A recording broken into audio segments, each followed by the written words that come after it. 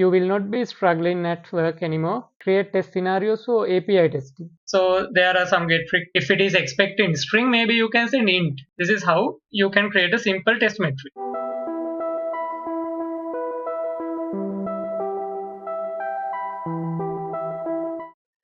Hello my dear friends, welcome back to QA Bro. I'm back with another great video. I hope you guys had a fabulous week. If not, don't worry, because at the end of this video or after watching this video, I am pretty sure that your next week is going to be great. You will not be struggling at work anymore while doing test case designing after watching this video. So I hope you get the chance to go through our last video where we discussed about mind mapping, and we used Xmind tool to create a sample mind map as well. And if you go through that, and if you tried out to do some mind mapping, or if you tried out at your work, then I hope you have some hands-on experience as well. In some cases, when you try to apply this mind map for your test scenarios or to generate test scenarios, you might find some issues with that. I mean, like when trying to apply this to everything, it's because like it depends with your experience. When you get more experience, it will be easy, because when you got a problem, you need to identify like what is the best solution to that, because the same solution will not be applicable for all the problems. So you need to identify it correctly. So today I'm going to introduce you to another similar solution. Like last time we used mind map to derive the test scenarios, but have you tried to apply mind map to create test scenarios for API testing? If you have done, I think you might have faced some issues, right? Because again, I mentioned when doing the mind mapping, we create mind map to make our lives easier, and we need to keep mind map very simple so anyone can understand it. But if you have tried to use this for API testing, then maybe again, yeah, okay, you can maybe on mind map you can identify the scenario level, like sending the parameters without a proper value, or sending without the mandatory values likewise. But when it comes to the API, there are multiple parameters. For example, let's take I have a API. It accepts a request with multiple parameters, like 3 or 4 parameters. All 4 parameters are mandatory. But when you create the mind map, you mentioned as check mandatory parameters. When you create the test cases also, then you will create one test case to check all the mandatory parameters. But while doing the testing, since there are like 4 parameters you need to check, maybe you missed 1 or 2 to verify, and that particular parameter didn't have the validation, unfortunately, then it fails at the production. So that's why I mentioned. So if we try to apply this, or again in the mind map, if you try to put all these parameters, saying like a subtopic saying need to check verify the mandatory parameters, and then under that I put multiple subtrees as we showed it last week, and then there you put all these parameters. Then for example, like if we have 5 or 6 scenarios, for all these 5-6 scenarios, since we need to validate for all these parameters, then that will be repeated, isn't it? So then it will be very hard, because the mind map will be very complicated and it's not very easy to read. So in such a scenario, for API testing, when you want to derive the scenarios, I think mind map is not the best solution. There you can use something like a matrix, like the API matrix, which I'm going to show you. So now we have 2 solutions. Like for normal use case scenarios, you can use the mind mapping, and for the API scenarios, you can use the API matrix. And now let's see how API matrix can be used to ease your work. Okay, so I mentioned about the API matrix. So for our sample API matrix creation, we need a sample API. You can very easily find out any sample APIs on Google. If you do a simple Google search, there are tons of free APIs available for testing purposes. This is one such API I found. So you can use this particular the request API. So if you scroll down, they have a list of different requests with different HTTP methods for different reasons. With you can see the request and the response details, all the things are there. So there are some get requests, post requests, put, patch, likewise, all these different requests are there. And also, so using I will use one of these available APIs to create our API test metrics. And also, if you want to check these APIs, like how it works or actually whether it works or not, this is not actually needed for our API metrics things, but for your knowledge.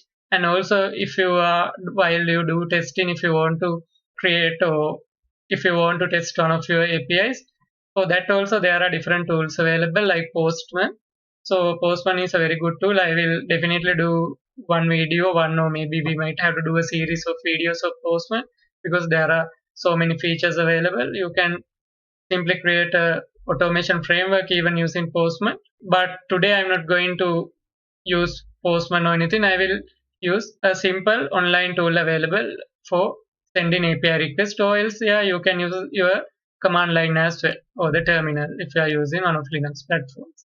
So again, if you do a simple Google search, you will be able to find some similar free online tool like this. You can use this particular tool to test your API. So just let's give a quick check. I will use this post API. So if you check this post API, it's been used to create a new user. So this particular API works for, it's like add users and then get the users likewise. So I will use this particular post API, which will be used to create a new user. And if you check this request, so the endpoint is slash API slash users. So the request, the URL will be request.in slash API slash users. So I will use this to do a sample test first. So here I add the URL path request.in, and then I need to add the endpoint, the path API slash users. Okay, from here also you can do a simple test if you need. If you click, so you can see the response is written. This first time I also saw that. However, so I will use this online tool, so API slash users, and here you can change the HTTP method. I hope you know about these different HTTP methods. There are a few different HTTP methods for different purposes. So this one is a post. Here it's for changing the language, that doesn't matter. So now we have the endpoint or the URL is correct and we have a correct HTTP method. Now what we need is the body. So here for the post request, it was there. We need to send the request with two parameters on the body. It's a JSON request. So the body is JSON and the two parameters are name and job. So you can pass two string values there. So I will use the same and let's put it here as the body. And also you can see from here you can change it whether it's HTML or XML, likewise the body format. So in our case it's JSON. I will keep JSON. This will be sent on the header.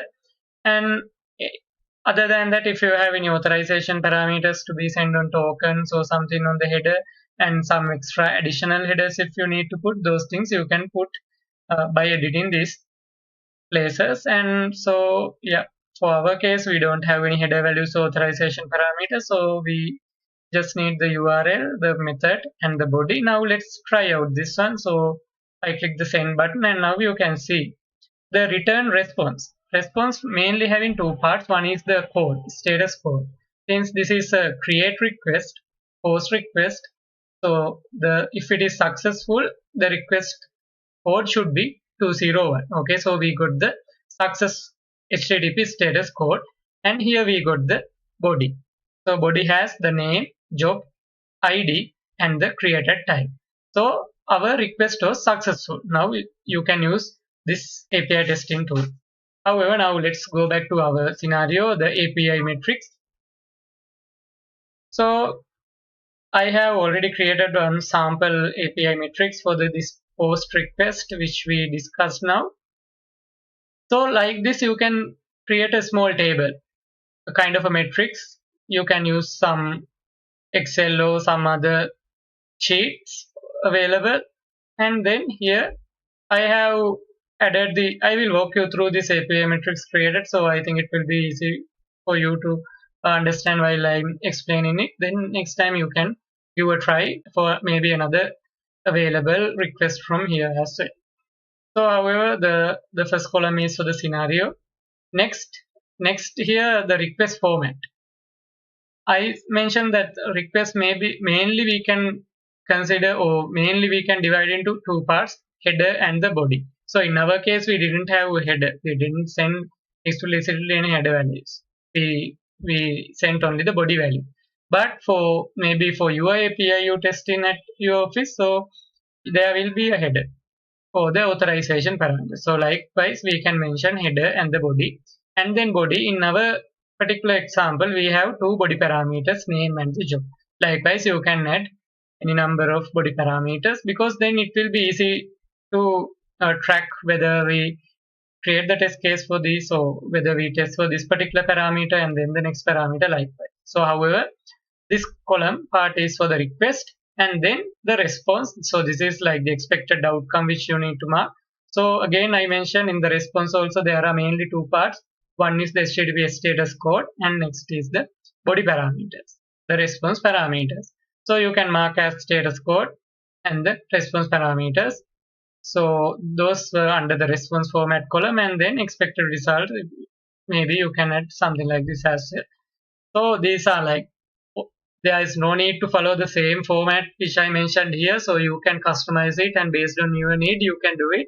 This is just a sample, or this is kind of a scratch, a template which I wanted to provide you. So by looking at this, maybe you can do some customization, modification, and you can improve it based on your need. So however, so it will be very easy for you to, since there is a kind of a template now.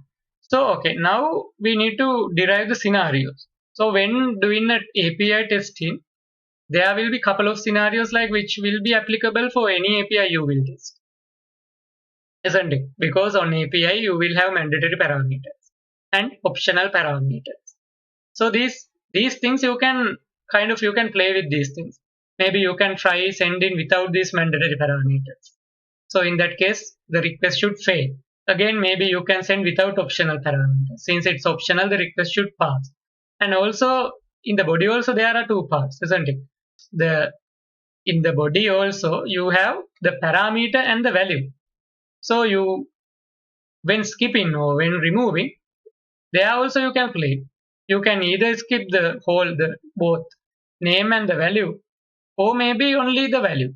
So you send the name or the parameter with an empty value or null value, likewise. And also maybe you can trick with sending incompatible data type. If it is expecting string, maybe you can send int. And then these things need to be handled from the backend level. The validation should be there. So it's your responsibility to test and see whether those particular validations are there or not. And that's why I mentioned, like, you need to check this for all the available parameters. So if there are 5 parameters in your request, and if you check this for 3 parameters and all those working correctly and it has the validations, you can't skip the other 2, because maybe the developer missed to add the particular check for those 2 parameters. These 5 parameters are mandatory based on the API spec and the requirement. But when doing the development, developer forgot to add the mandatory check for one of these parameters, and you didn't check all the 5, and you check only 2 or 3 parameters, and you send it to the production saying it's working fine. But again, in the production, maybe a hacker tried something out, and then some actual users and data, some incomplete data, and it failed there because the particular check was not there for that particular parameter. So that's why you need to check the same scenarios for all these parameters. So that's why I mentioned, if you create a mind map for this, it will be very hard, because like all the parameters you need to add for all the scenarios. And also if you didn't have API metrics or something like this, and then you create the test cases, on the test case there will be only the scenario. Yeah, you can add these parameters to check, but again there is a high chance you will miss. But if you have this kind of a matrix, or then if you don't have, let's say, a reporting mechanism for test case execution, then maybe this same metrics you can use for that as well. You can here mark as pass fail status and the actual outcome as well. So the same metrics either you can use for your test reporting purposes too. So if since like now we have this API metrics, for example, the first scenario, send in the request without the parameter. So like that means each request we send like removing one parameter. So since this case we have only two parameters, name and job. So first request I will send without the name parameter, only the job. Next time I will send with name and not the job, likewise. However, in these both two scenarios, since one parameter is missing, so I hope these parameters are mandatory. For our example, let's think like that, because there was no proper API spec here, whether these are mandatory or optional, it was not mentioned. So for the sake of this video, let's think both these body parameters are mandatory. So in that case, if you send a request without the name and only the job, so let me show you that case. So that means name. So so we are sending the request like this, the body parameter. We remove one mandatory parameter and then send the request. So I hope or I expect it to fail, because now we send without the name.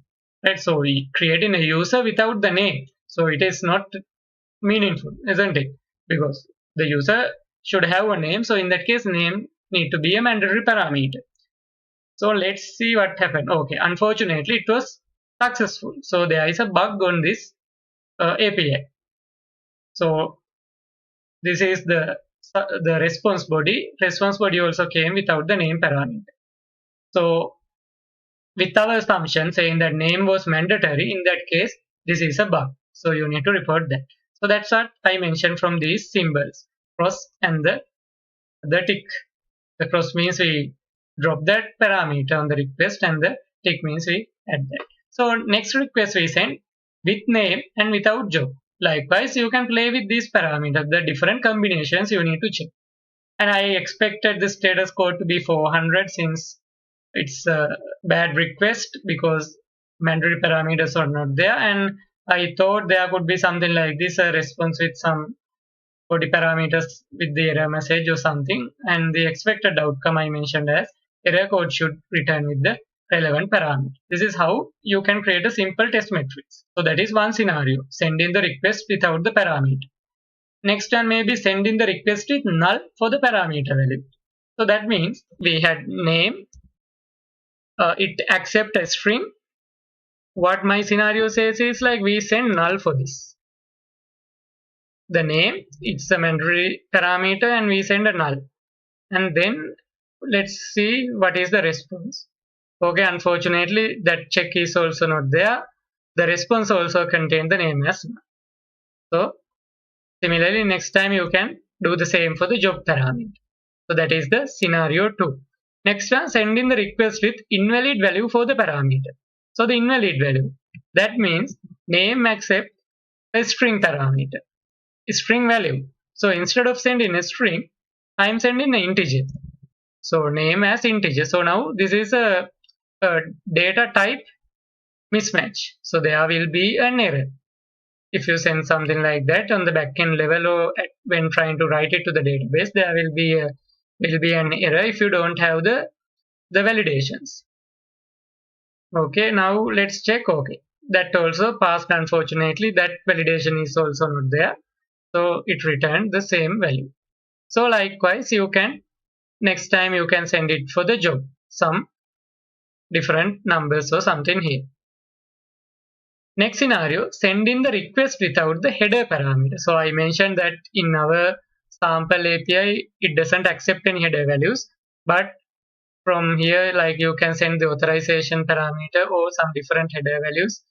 Likewise, so if your API accepts headers, so then you can add that scenario as well. So here we are sending the body parameters correctly, but without the header. So then next one, send in the request with a null for the header parameter value. Again the same things, and send in the request with invalid value for the header. Likewise, and also you need to check for send in the request with different HTTP methods. So here we send the header and the body parameters correctly, but wrong HTTP method. So here in this case, for creating a new user, you need to send the request with the post HTTP method. Here I will try to send it with some different delete. So delete will be sent into delete an object, but let's try this. Okay, if you send delete, okay, 204 no content, but again it's on the 200 range, so 200 range means success response. So I expected this also to be failed, and it should send it's the invalid HTTP method or something like that. So the particular error code, HTTP status code for this invalid HTTP method is 405. So I thought it should return like this. So this is like assumptions, like because this API, this particular chosen API doesn't support, since we don't have the API spec and those things. But however, these are like these. This is how a proper API should work. And also send it the request with valid values and with the post method. So that is the happy flow scenario or the success scenario. So when you send this, it should return to O1 with these particular the body parameters. And here also you need to verify on the response whether it correct send the correct name and whether it send the correct time, and also whether it send as a JSON, and also the header parameter values, the header values on the response. So here also if you go to the response headers, so here you can see all the headers are there. If there are any special header like some ID or some code something, then you need to validate those on your testing. So those things you need to apply. So these are like nothing specific related to the particular selected API, isn't it? All these things are like kind of a general scenarios. So you can use all these scenarios for any of your API testing. And then after that, depend on your API, depending on the parameters and those things, you can add the extra scenarios. For example, let's say we need to send the age. Age should be greater than 30 to be registered, to be successful, otherwise it will send an error. So in that case, now again you can add new scenarios related to this particular API. Age greater than 30, age less than 30, likewise. And also if, okay, let's say again something related to different price or the discount, likewise some calculations happen. So in that case, you can add some special scenarios related to these particular type of parameters, likewise. So likewise, you can use this particular template with all these general scenarios, and then you can add new scenarios depend on your chosen API or the API you work on. And again, yeah, those are the main things I wanted to highlight here. Then the response format, again, the response parameters, as I mentioned, you need to check whether the expected format is written or not, and different status codes. So it's always good to have the general status codes like the 200 range for success, then the, as you know, the 400 and the 500, likewise 400 range for the client side errors, 500 range for the server side errors. Likewise, if you use these kind of the general HTTP status codes, then your client, here the client means whoever the person who sends this request, the API request, it could be another component or a third party service or the UI components, anything, these APIs will be used at all these places. And then again, you need to verify about this, the body parameters sent out. You need to validate again against those as well. So I hope now these things are like pretty much clear to you, the different scenarios which we can check on API metrics. So did you find this easy or difficult, or how was it? Share your thoughts in the comment section, because I hope this will be more easy, because now we have a kind of a tracking mechanism, one by one row by row you can go as the test cases. So there, in that case, you will not miss any of these parameters or any of these scenarios. All the combinations will be tested very thoroughly, and you can make sure that your API works perfectly. So I hope all things are clear, and it's a very quick video for today. I just wanted to I just wanted to complete this as well before we going into a total new chapter. So now everything related to test designing and test creation is done from my side. Like we discussed about test design techniques, and then a mind map and API metrics, so test scenarios, and then the next step is to write test cases, and then you can start manual testing, and you can report the bugs. So those things we can check on a later video. So I hope everything is clear, And if you have any questions, don't hesitate to contact me. You can use the comment section or drop me an email at kwbro.pro@gmail.com. And happy testing till we meet again. So next time I will be there with another cool video. So see you soon. Thanks for watching.